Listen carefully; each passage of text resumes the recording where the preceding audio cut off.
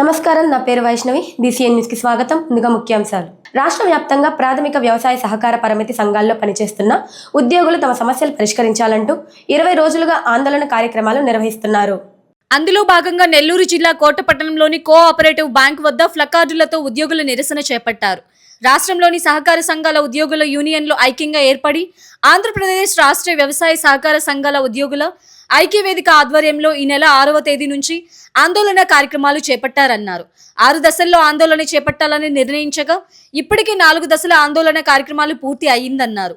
వేతనాలు తదితర ప్రయోజనాలను DLSF ద్వారా చెల్లించాలని 12 డిమాండ్లపై ప్రభుత్వం స్పందించి పరిష్కరించే వరకు ఆందోళనలను విరమించబోమని జేఏసీ నాయకులు స్పష్టం చేశారు. గ్రామీణ ఆర్థిక వ్యవస్థలో వెన్నెముకగా నిలిచిన సహకార సంఘాల ఉద్యోగుల న్యాయమైన కోరికలను ప్రభుత్వం పరిష్కరించాల్సి ఉందన్నారు. ఈ నెల 29వ తేదీన విజయవాడ ధర్నా చౌక్లో తలపెట్టిన మహాధర్నాకు రాష్ట్ర వ్యాప్తంగా పెద్ద సంఖ్యలో ఉద్యోగులు తరలి రావాలని కోరారు. సహకార సంఘాల ఉద్యోగుల యూనియన్ జేఏసీ పిలుపు మేరకు డిసెంబర్ 5వ తేదీ నుంచి జనవరి 6 వరకు దపదపాలుగా అన్ని కార్యక్రమాలు రాష్ట్రం అంతా చేయడం జరిగింది. ఇంకా ఇప్పుడు విజయవాడ ధర్నా చౌక్ దగ్గర స్టేట్ యూనియన్ 3 జిల్లాలకు ఒక్కొక్క రోజు తరపున 9వ తేదీ వరకు రిలే నిరాహార దీక్షలు చేపట్టి కలిసాము. ఆ రాష్ట్ర యూనియన్ పిలుపు మేరకు అక్కడ జరిగే రిలే నిరాహార దీక్షకి సంఘీభావంగా మేము ఇక్కడ ప్రతి బ్రాంచ్లోనూ ఇక్కడ రిలే నిరాహార దీక్షలు చేపట్టడం జరుగుతుంది. మా కోరికలు ఏంటంటే జీవో నెంబర్ 36ని వెంటనే అమలు చేయాలి. తర్వాత 2019 తర్వాత చేరిన ఉద్యోగస్తుల్ని రెగ్యులర్ చేయాలి. డ్యూటీ పద్ధతిలో ఉండే శాలరీస్ని డ్యూటీ నుంచి తొలగించాలి. తర్వాత DLF ఫండ్ ద్వారా జీతాలు ఇవ్వాలి.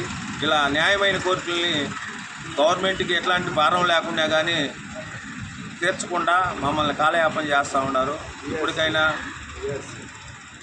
62 సంవత్సరాలు పెంచాలి, వయసు 60 సంవత్సరాల నుంచి 62 సంవత్సరాలకి పెంచమని ఇట్లా న్యాయమైన కోరికల్ని గవర్నమెంట్ ఆలోచించి తీర్చాలని కోరుకుంటున్నాం. సహకార యూనియన్ జేఏసీ పిలుపు మేరకు మేము దపదపాలుగా మా సమస్యల మీద డిమాండ్స్ తెలియజేసినప్పటికీ నేటికి అపరిష్కృతంగా ఉన్నందున గత్యంతరం లేని పరిస్థితుల్లో ఈరోజు ఈ నిరాహార దీక్ష కార్యక్రమాలకి జేఏసీ పిలుపు మేరకు కూర్చోవడం జరుగుతుంది. ఇది 5వ తేదీ మొదలుకొని 9వ తేదీ వరకు ఈ నిరాహార దీక్షలు ఇలాగే కొనసాగిస్తూ అప్పటికీ సమస్యలు పరిష్కారం కాకపోతే తర్వాత నిరవధిక సమ్మెకు కూడా వెనుకాడేది లేదని చెప్పేసి మా యొక్క జేఏసీ నాయకులు ఆలోచన మేరకు మేము ఈరోజు ఈ కార్యక్రమాన్ని జరపడం జరుగుతుంది. దీంట్లో మా యొక్క సమస్యలు మెయిన్ గ్రాట్యుటీ చట్టాన్ని అమలు చేయాలని చెప్పేసి మెయిన్ కోరుకుంటున్నాం. గ్రాట్యుటీ చట్టం ప్రతి గవర్నమెంట్ ఎంప్లాయీకి కూడా మినిమం 16 లక్షలు అనేది ఉంది. ఈ సంఘ సిబ్బందికి మాత్రం కేవలం 30 సంవత్సరాలు పనిచేసినా కూడా కేవలం 2 లక్షలు మాత్రమే గ్రాట్యుటీ ఇస్తున్నారు. దీన్ని మినిమం 10 లక్షలు చేయాలని మేము కోరుకుంటున్నాం. అలాగే ఈ కంప్యూటరైజేషన్లో టోటల్ కంప్యూటరైజేషన్ అయ్యింది ఈరోజు ప్యాక్స్ కూడా. ఈ కంప్యూటరైజేషన్లో 2019 తర్వాత జాయిన్ అయినటువంటి ప్రతి ఉద్యోగి ఈ కంప్యూటరైజేషన్లో వారి యొక్క పూర్తి సహకారం ఉంది. వారికి ఇప్పటికీ రెగ్యులర్ చేయక డైలీ బేస్ మీద వాళ్ళ జీవితాలని వెల్లదీస్తున్నారు. కాబట్టి ముఖ్యమైన డిమాండ్లో మాది వారు 2019 తర్వాత జాయిన్ అయిన ఉద్యోగుల్ని సొసైటీ సిబ్బంది రెగ్యులర్ చేయాలని చెప్పేసి మేము కోరుకుంటున్నాం. అలాగే సంఘాల షేర్ధనం మీద ఇస్తున్నటువంటి డివిడెండ్ అరకొరగా ఉంది. దీనివల్ల రైతులకు కూడా పూర్తి న్యాయం చేకూరడం లేదు. సంఘాల షేర్ధనం మీద 6% డివిడెండ్ ఇవ్వాలని చెప్పేసి మేము మెయిన్ ప్రధాన డిమాండ్గా ఉంది. అలాగే సంఘ సిబ్బందికి ఆరోగ్య బీమా కల్పించాలని, గ్రాట్యుటీ చట్టం వర్తించాలని, సంఘాల ద్వారా మాత్రమే పంట రుణాలు రైతులకి అందజేయాలని కోరుకుంటూ ఈ తాలూకా కార్యక్రమానికి నాయకులు ఇచ్చిన పిలుపు మేరకు ఇది బదులు ధర్నా కార్యక్రమం నిరాహార దీక్ష కార్యక్రమం జరిపెట్టడం తెలిపింది. అందుకు సంఘీభావం తెలిపినటువంటి ప్రతి ఒక్క అధికారులకి అలాగే మా బ్యాంకు సిబ్బందికి పేరు ధన్యవాదాలు తెలియజేసుకుంటూ సెలవు తీసుకుంటున్నాం. కేంద్ర ప్రభుత్వ పథకాలతో జిల్లా అభివృద్ధికి కృషి చేయాలని నెల్లూరు ఎంపీ వేమిరెడ్డి ప్రభాకర్ రెడ్డి అన్నారు. నెల్లూరు జెడ్పీ సమావేశ మందిరంలో జరిగిన జిల్లా అభివృద్ధి సమన్వయ పర్యవేక్షణ కమిటీ సమావేశానికి ఎంపీ హాజరయ్యారు. ప్రతి 3 నెలలకు ఒకసారి ఈ దిశ కమిటీ నిర్వహించాలని వేమిరెడ్డి సూచించారు. దిశ కమిటీలో ఎమ్మెల్యేలు అందరూ పాల్గొనాలని కోరారు. సమావేశంలో సంక్షేమ పథకాల అమలు తీరు ప్రజాప్రతినిధులు, జిల్లా అధికారులు సమీక్షించాలన్నారు.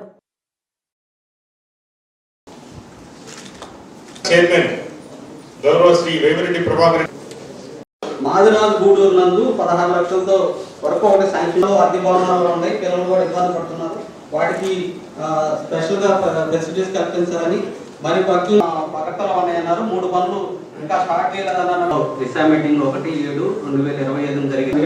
ఆ రోజు సార్ సంబంధించిన ప్రశ్న గౌరవ చైర్పర్సన్ గారు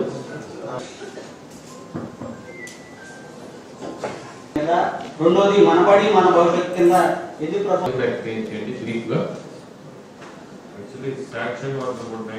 if that can be given or explained, it will be good.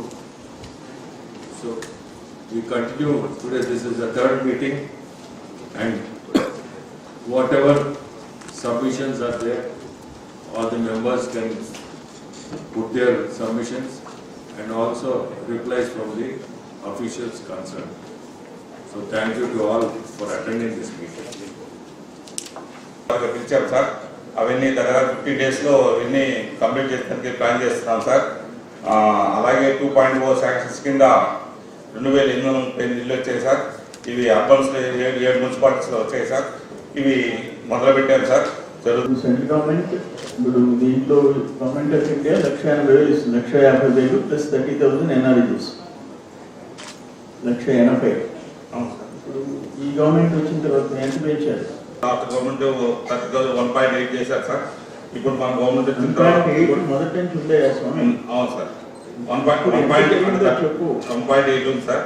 ఇప్పుడు వచ్చేసి అదనంగా ఎస్టీలకి 75,000, బీసీలకి ఎస్సీలకి 50,000 రూపాయలు అదనంగా పెంచి హౌసెస్ కంప్లీట్ చేయమని చెప్పేసి మైనారిటీస్ రెక్టిఫై చేయాలని ఇచ్చింది. ఎన్ని ఇప్పుడు 150, 190 ఇళ్ళు రిమూవల్ అన్నారు. ఎన్ని ఇళ్ళు పనికిరావు, వాటిని రెక్టిఫై చేయకపోతే అని చెప్పారు. అలాగే 6,899 ఇల్లు రెక్టిఫై చేయడానికి పనికి వస్తాయి. రెక్టిఫై చేయించుకున్నారు సార్. అవి రెక్టిఫై చేస్తున్నాం sir. Material component steel, cement draw చేసేసారు సార్. ఇంకోటి కాంట్రాక్టర్స్ మీద బ్లాక్ లిస్ట్ పెడతాం, వాళ్ళ మీద ఇది చేస్తాం. వాళ్ళు రెగ్యులర్ కాంట్రాక్టర్స్ కాదు సార్. వాళ్ళు భయపడేదానికి, రెక్టిఫై చేసేదానికి వాళ్ళు రెగ్యులర్ కాంట్రాక్టర్స్ కాదు. వాళ్ళు ఏ డిపార్ట్మెంట్లో రిజిస్టర్ అయినటువంటి కాంట్రాక్టర్లు కాదు. వాళ్ళు ఆల్రెడీ ఇల్లు ఉన్న వాళ్ళకి మళ్ళీ ఛాన్సెస్ వచ్చున్నాయి సార్. వాళ్ళకి పట్టాలు కూడా ఇచ్చున్నారు సార్. కానీ ఫీల్డ్ మాత్రం వాళ్ళ ప్లేస్ ఇది అనేది చూపించలేదు. పట్టాలు మాత్రం మంజూరు చేస్తున్నారు. ఇస్ దర్ ఎనీ పాసిబిలిటీ అవి ఆపిచ్చి ఎస్టీసీ కాలువ కట్ల మీద ఎస్టీ కాలనీలో ఎప్పుడో పురాతన ఇళ్లలో సార్ అవి డెమాలిష్ కి రెడీగా ఉన్నాయి సార్. పెంచులు పడతా నేను వెళ్ళి చూశాను సార్ పర్సనల్లీ. అవి పెంచులు పడతా చాలా ఇబ్బందిగా ఉన్నాయి సార్. వర్షాలు వస్తే పడిపోతాయి అన్నట్టు ఉన్నాయి సార్.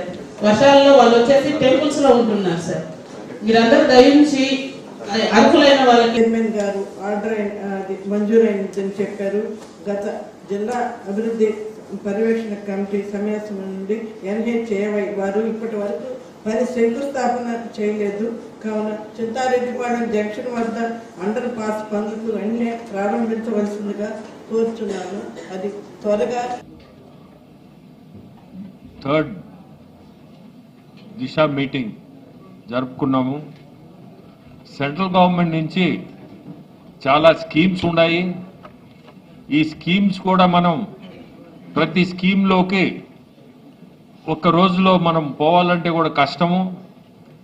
ఈరోజు 5-6 స్కీమ్స్ సెంట్రల్ గవర్నమెంట్ నుంచి మనకి ఫండ్స్ ఎక్కడ మనం ల్యాకింగు, ఎక్కడ మనం తెచ్చుకోగలుగుతాము, ఎక్కువ తెచ్చుకోగలుగుతాము అటువంటి స్కీమ్స్ ప్లస్ ఇమ్మీడియట్గా మనకు ఉండే ప్రాబ్లమ్స్.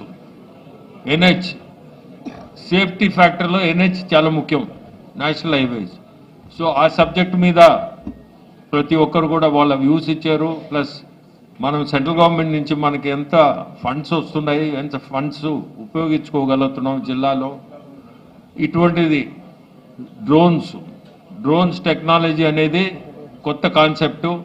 మన ముఖ్యమంత్రులు దాని మీద చాలా ఇంపార్టెన్స్ కూడా ఇస్తున్నారు. సెంట్రల్ గవర్నమెంట్ ఎయిడ్ వాటి మీద చాలా ఉంది. 80% మనకి సబ్సిడీ దొరికే ఐటమ్ అది డ్రోన్స్ అనేది. ఈరోజు జిల్లాలో అది కూడా ఐ థింక్ 99% మనం దాన్ని సెంట్రల్ గవర్నమెంట్ ఎంత ఇచ్చిందో, మనకి ఎన్ని డ్రోన్స్ ఇచ్చిందో దాంట్లో 99% మనం దాన్ని ఉపయోగించుకుంటున్నాం. అట్లా డిఫరెంట్ స్కీమ్స్లో సెంట్రల్ గవర్నమెంట్ ఎయిడ్ ఎంతవరకు మనం స్టేట్కి ఉపయోగించుకోగలుగుతామో వాటిల్లో అన్నిట్లో కూడా మనం వర్కౌట్ చేసి మనం ఎంత మ్యాక్సిమం ఎంప్లాయ్మెంట్స్ కానీ తర్వాత ఈ ఎంఎస్ఎంఈస్ కింద ఎంతవరకు సెంట్రల్ గవర్నమెంట్ ఎయిడ్ ఉపయోగించుకోగలుగుతామో అటువంటి సబ్జెక్ట్స్ మీద ఈరోజు మాట్లాడుకున్నాము. డిస్కషన్ కూడా బాగా జరిగినాయి. ఎంఎస్ఎంఈ కింద రకరకాల స్కీమ్స్ ఉన్నాయి. కొత్తగా ఈ మధ్య బడ్జెట్ టైంలో రిలీజ్ చేసిన స్కీమ్స్, వీటిల్లో యాక్చువల్గా చెప్పాలంటే గ్యారంటీ ప్లస్ ఇటువంటి మనకి జనరల్గా బ్యాంక్స్ గ్యారంటీ అని, గ్యారంటర్ అవసరం అని ఇటువంటి అడుగుతూ ఉన్నారు. అవన్నీ లేకుండా అప్ టు 2 crores వరకు స్కీమ్స్ ఉన్నాయి. సో ఇవన్నీ మనము పబ్లిక్ కూడా తెలియాలని ఈరోజు కలెక్టర్ని కోరుకున్నాము. పబ్లిక్లో ఇటువంటి స్కీమ్స్ అన్నీ మీరు ఎక్స్పోజ్ చేయండి. సో దట్ బెనిఫిషరీస్ చాలా మంది ఉన్నారు, తెలియని వాళ్ళు ఉన్నారు. ప్లస్ కొన్ని స్కీమ్స్లో బ్యాంక్స్ ముందుకు రావటం లేదు. సెంట్రల్ గవర్నమెంట్ ఇచ్చింది కానీ ఆ బ్యాంక్స్ ఏదో ఒక స్టాక్ మీద ఇబ్బంది పెడుతుంటే అటువంటివి కూడా మనం కరెక్ట్ చేయాలని చెప్పి కరెక్షన్ చేయాలా, ప్లస్ దాన్ని కూడా ముందుకు తీసుకుపోవాలని ఈరోజు విశ్వకర్మ అనేది మీ అందరికీ కూడా తెలిసి ఉంటుంది. అది కూడా ఒక మంచి స్కీము. వేరే ఎంప్లాయ్మెంటు స్కిల్ డెవలప్మెంట్ కింద వాళ్ళకి పెన్షన్ కాదు, అది స్టైపెండ్ లాగా ఫస్ట్ ఇస్తున్నారు. ఆ తర్వాత అప్ టు 5 lakhs వాళ్ళకి ఏం అవసరమో ఆ వృత్తి తరఫున ఏం అవసరమో అప్ టు 5 lakhs ఇస్తున్నారు. అది కూడా మంచి స్కీమ్ ఈరోజు. సో అటువంటివన్నీ ఆ స్కీమ్స్ని ఉపయోగించుకోవాలా జిల్లా వాసులందరూ కూడా మనము దాన్ని ప్రపోజ్ చేసి ఈరోజు ఎక్స్పోజ్ చేయమని. విజయవాడ ఇంద్రకీలాద్రిపై శ్రీ దుర్గా మల్లేశ్వర స్వామి వార్లను మారిషస్ అధ్యక్షులు ధరంబీర్ గోకుల్ దర్శించుకున్నారు. ఇంద్రకీలాద్రికి చేరుకున్న ఆయనకు రాష్ట్ర దేవాదాయ శాఖ కమిషనర్ కె రామచంద్రమోహన్, దేవస్థానం ట్రస్ట్ బోర్డు చైర్మన్ బొర్ర రాధాకృష్ణ, ఆలయ కార్యనిర్వహణాధికారి వికే సీనా నాయక్, జిల్లా కలెక్టర్ లక్ష్మి స్వాగతం పలికారు. దర్శనానంతరం ధరంబీర్ గోకుల్ దంపతులకు పండితులు వేద ఆశీర్వచనం అందించారు. ఈ సందర్భంగా మారిషస్ అధ్యక్షునికి ఆలయ అధికారులు అమ్మవారి చిత్రపటాన్ని ప్రసాదాన్ని అందజేశారు.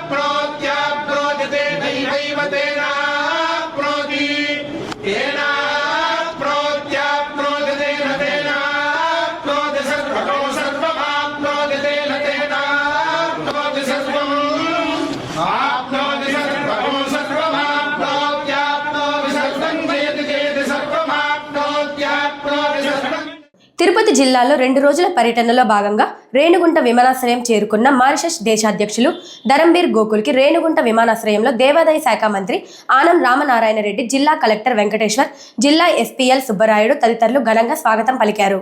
శ్రీ కాళహస్తి ఆర్డీఓ భానుప్రకాష్ రెడ్డి, రేణిగుంట తహసీల్దార్ చంద్రశేఖర్ తదితరులు మారిషస్ దేశాధ్యక్షులు ధరంబీర్ గోకుల్కి స్వాగతం పలికిన వారిలో ఉన్నారు.